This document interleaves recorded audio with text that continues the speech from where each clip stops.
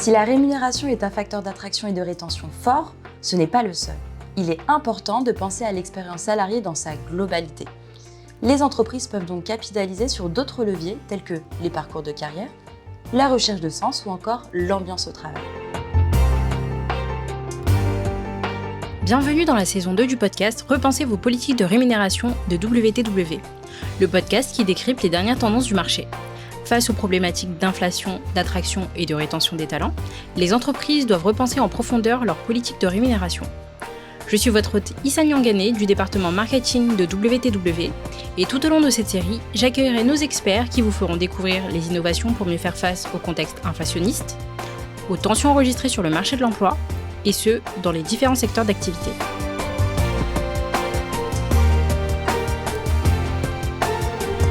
Pour ce 5e épisode de la série, nous accueillons nos expertes de la practice Rewards Data Intelligence, Madeleine Mauffret. Bonjour.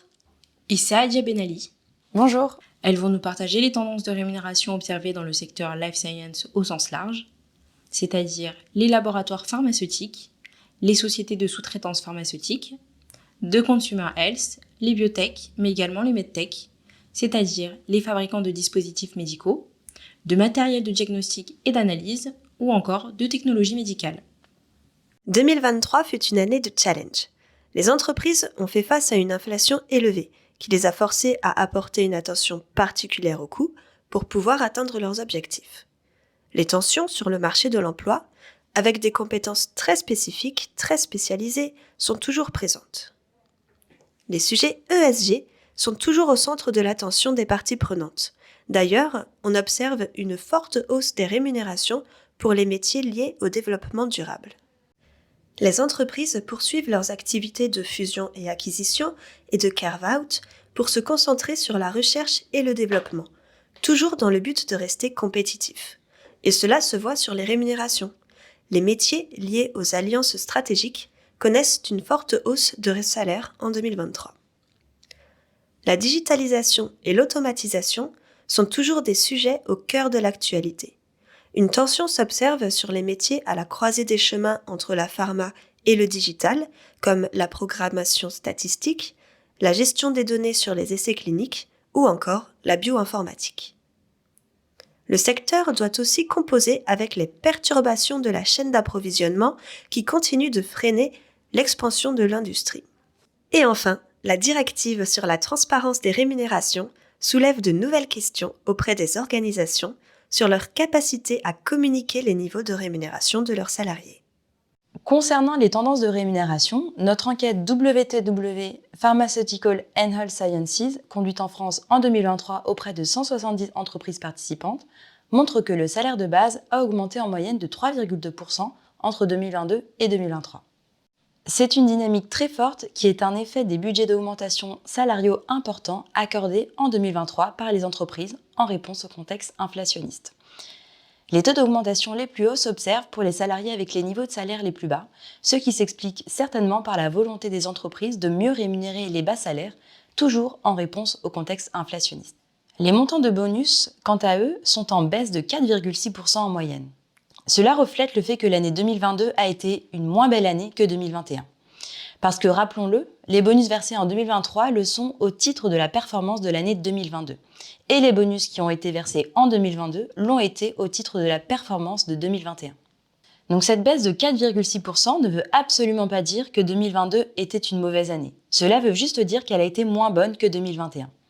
Pour redonner un peu de contexte, 2021 était une période de sortie de Covid.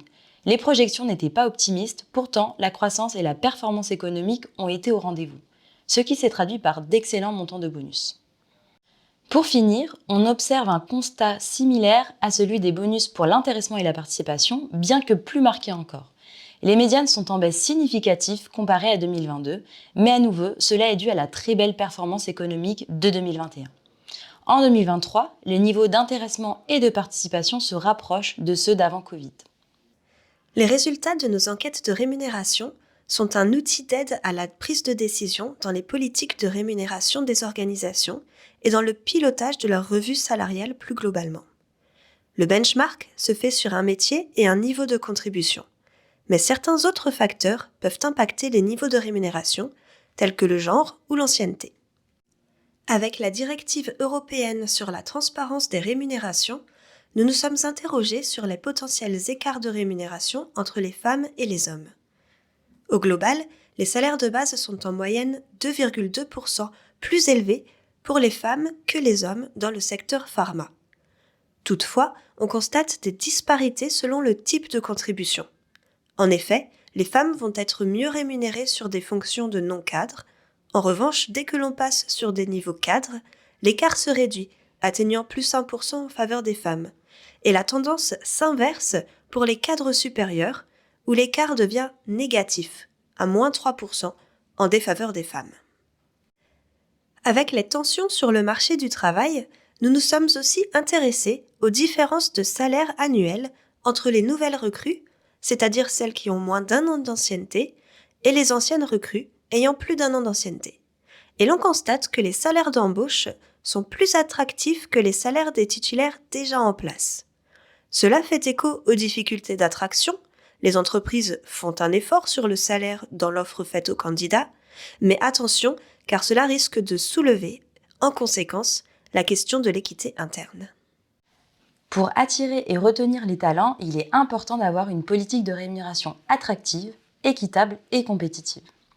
Nos enquêtes de rémunération vous permettent d'accéder à des données de benchmark solides, représentatives du marché et adaptées à chaque segment de talent. Si la rémunération est un facteur d'attraction et de rétention fort, il n'est pas le seul. Il est important de penser à l'expérience salariée dans sa globalité.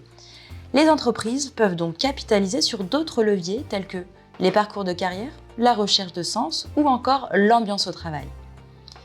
Les attentes des salariés sont différentes selon le genre ou la génération d'appartenance. C'est pourquoi il est important pour les organisations d'adapter leur stratégie en fonction de la population concernée. Nous vous remercions pour votre écoute et espérons que cet épisode vous aura apporté des éclairages sur vos différents enjeux. Pour toute question sur le sujet ou sur nos enquêtes de rémunération, n'hésitez pas à nous contacter. À bientôt pour un nouvel épisode.